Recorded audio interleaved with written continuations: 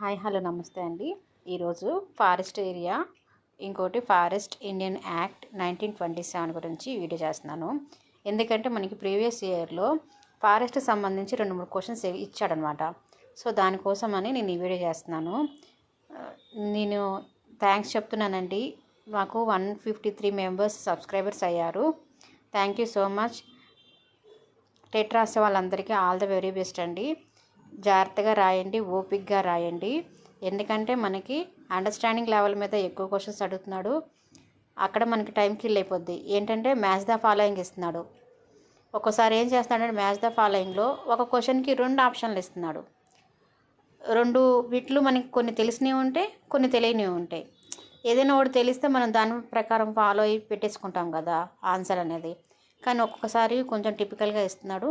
ఓపిక్గా చదవండి. ఉన్న టైంలోనే మీరు ఆ టైంని యూటిలైజ్ చేసుకొని చక్కగా రాయండి. ఓకేనా?